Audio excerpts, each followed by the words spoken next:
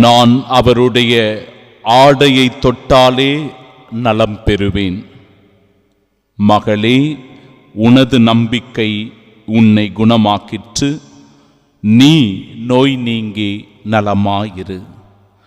நம் ஆண்டவராகிய இயேசு கிறிஸ்துவின் அன்பும் அருளும் அமைதியும் மகிழ்ச்சியும் உங்கள் அனைவரோடும் இருப்பதாக.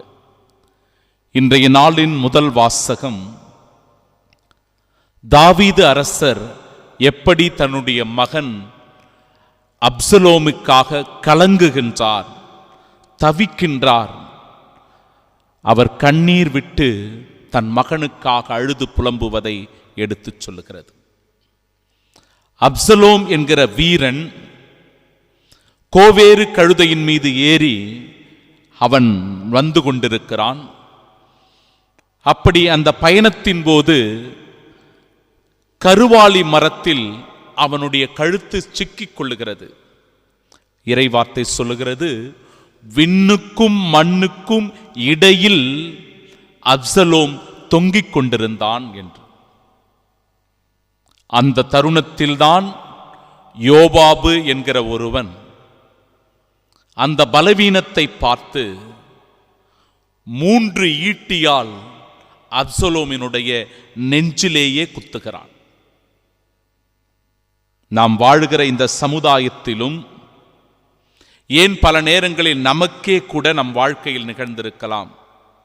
நாம் பலவீனர்களாக இருக்கும்போது பலம் வாய்ந்தவர்கள், பணத்தால் பலம் வாய்ந்தவர்கள், அதிகாரத்தால் பலம் வாய்ந்தவர்கள், பட்டத்தால் பலம் வாய்ந்தவர்கள் பலமிழந்திருக்கின்ற மக்களை நசுக்குவதும் ஒடுக்குவதும் அவர்களை அடிமைப்படுத்தி வைப்பதையும் நாம் கண்கூடாக காணுகின்றோம்.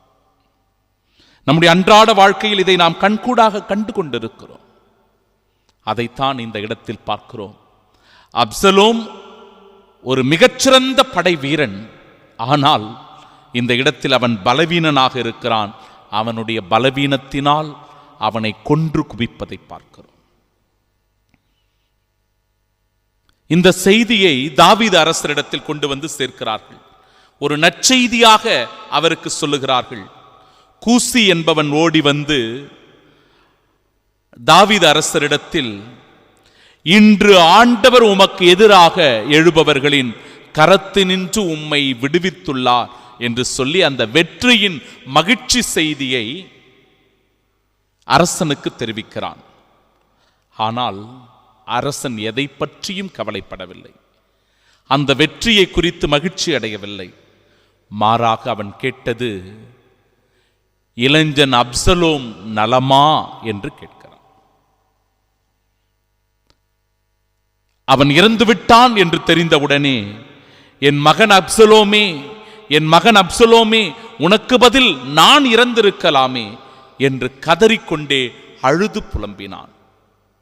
இறை வார்த்தை சொல்லுகிறது, அன்றைய வெற்றி அனைவருக்குமே ஒரு துக்கமாயிற்று. அது வெற்றி கொண்டாடப்பட வேண்டிய ஒன்று, ஆனால் அது எல்லோருக்குமே துக்கமாயிற்று. இன்றைய நற்செய்தி வாசகத்திலும் கூட யாயிர் ஓடி வந்து தன்னுடைய மகளுக்காக இறைஞ்சுவதை பார்க்கிறோம். இயேசுவினுடைய காலில் விழுந்து, என் மகள் சாகும் தருவாயில் இருக்கிறார், நீர் வந்து அவள் மீது உம் கைகளை வையும், அப்பொழுது அவர் நலம் பெற்று பிழைத்துக் கொள்வார் என்கிற உறுதியான விசுவாசத்தோடு நம்பிக்கையோடு ஆண்டவர் இயேசுவை அணுகி வருவதை பார்க்கிறோம். அந்த நம்பிக்கை உங்களிடத்தில் இருக்கிறதா? அந்த விசுவாசம் உங்களிடத்திலும் என்னிடத்திலும் இருக்கிறதா? சிந்தித்து பார்க்க வேண்டும். பலமுறை இந்த ஆலயத்திலே வருகிறோம், ஒன்றாக கூடி செபிக்கிறோம். அந்த விசுவாசமும் நம்பிக்கை நமக்கு இருந்தால் நிச்சயமாக நம் நோய் நொடிகளிலிருந்து, நம்முடைய வியாதி வருத்தங்களிலிருந்து, நம்முடைய குடும்ப பிரச்சனைகளிலிருந்து நாமும் கூட விடுதலை பெறுகிறோம் என்பதை உறுதிப்படுத்தி சொல்லுகிறது இறைவார்த்தை. அந்த இடத்தில் 12 ஆண்டுகளாய் இரத்தப்போக்கினால் வருந்திய ஒரு பெண்ணும் இருக்கிறார். அவர் தன்னுடைய செல்வங்களை எல்லாம் செலவழித்தும், பணத்தை எல்லாம் செலவழித்தும், தன்னிடத்தில் இருந்த எல்லாவற்றையும் செலவழித்தும் கூட ஒரு பயனும் அடையாமல் மிகவும் துன்புற்றவர் என்கிறது இறைவார்த்தை. ஆனால் இயேசுவின் அருகில் வந்து நான் அவருடைய ஆடையின் ஓரத்தை தொட்டால் போதும் நலம் பெறுவேன் என்று சொல்லி தன் உள்ளத்தில் சொல்லிக் கொண்டால், அந்த நம்பிக்கையோடு இயேசுவினுடைய ஆடையை தொட்டார். அந்த இடத்துல நடந்தது என்ன? அவ்வளவு பெரிய கூட்டம் இயேசுவை முட்டி மோதி தள்ளி கொண்டிருந்தது. அந்த கூட்டத்தில் இருந்த ஒரு பெண்ணினுடைய விசுவாசத்தினால் அவள் நடமடைந்தாள் என்கிறது இறைவார்த்தை. மகளே, உனது நம்பிக்கை உன்னை குணமாக்கிற்று, அமைதியுடன் போ, நீ நோய் நீங்கி நலமாயிரு என்று சொல்லி ஆண்டவர் அவருக்கு சுகம் தந்ததை பார்க்கிறோம். இன்றைய நாளினுடைய புனிதர் புனித பிளேஸ் அவர்கள் ஆயரும் மறைசாட்சியுமாய் வாழ்ந்தவர். அவர் வாழ்ந்தபோது அவரை பற்றிய பரவலான பேச்சு ஒன்றும் இல்லை. அவரை பற்றி யாரும் எடுத்துச் சொல்லவில்லை. அவர் இறந்து 400 ஆண்டுகளுக்கு பிறகே அவரை பற்றி பேச ஆரம்பித்தார்கள். அர்மீனியா நாட்டைச் சேர்ந்தவர். அந்த இடத்தில் தான் அவர் பிறக்கிறார். கிபி 316 பிறந்தவர்.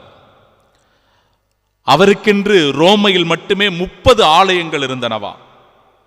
அவர் வாழ்ந்த காலகட்டத்தில் வேத கலாபனை அதிகமாக இருந்திருக்கிறது. அதிலிருந்து தப்பிப்பதற்காக ஒரு குகைக்கு ஓடிப்போய் அவர் அந்த குகையில் மறைந்து கொண்டிருந்திருக்கிறார். அந்த இடத்திலும் ஓடி வந்து அவரை கண்டறிந்து அவரை கைது செய்து சிறையில் அடைத்து கொடுமைப்படுத்தியிருக்கிறார்கள். ஆளுநர் அக்ரிகோலாஸ் என்பவர் இந்த மறைசாட்சியான பிளேசுவுக்கு பல தொல்லைகளை கொடுத்திருக்கிறான். குறிப்பாக சிலைகளை வணங்க செய்ய சொல்லி அவரை கட்டாயப்படுத்தியிருக்கிறான், சித்திரவதை செய்திருக்கிறான். அதை மறுக்கவே தலை வெட்டி இந்த புனிதரை கொலை செய்திருக்கிறான். கிறிஸ்துவுக்காக ரத்தம் சிந்தி வேத சாட்சியாக மரித்த புனித பிளேஸை நினைவு கூறுகிற இந்த நாளில் குருவானவர்கள் வழக்கமாக ஆலயத்தில் செய்கின்ற ஒரு நற்செயல் என்றால் எக்ஸ் வடிவத்திலே மெழுகுதிரியை செய்து 2 மெழுகுதிரியை வச்சு ஒவ்வொருவருடைய இந்த கழுத்து பகுதியிலே இப்படி வைத்து ஜெபிப்பார்கள். இந்த கழுத்தில் ஏதாவது பிரச்சனைகள் இருக்கிறதென்றால், தொண்டை கோளாறுகள் இருக்கிறதென்றால், கரகரப்பு இருக்கிறதென்றால், தொண்டையிலே கேன்சர் கட்டிகள் இருக்கிறதென்றால், சரியாக பேச வராமல் திக்கி திக்கி பேசுகிறார்கள் என்றால், இந்த தொண்டையினுடைய பகுதியில் இருக்கின்ற எல்லா நோய்களிலிருந்து குணப்படுத்தக்கூடிய ஒரு அற்புதராக புனிதராக அவர் இருக்கிறார். சகோதரனே, சகோதரியே, இன்றைய நாளில் பல செய்திகளை ஆண்டவருடைய வார்த்தை நமக்கு தருகிறது. புனிதருடைய வாழ்க்கை நமக்கு சிறந்த பாடமாக அமைந்திருக்கிறது.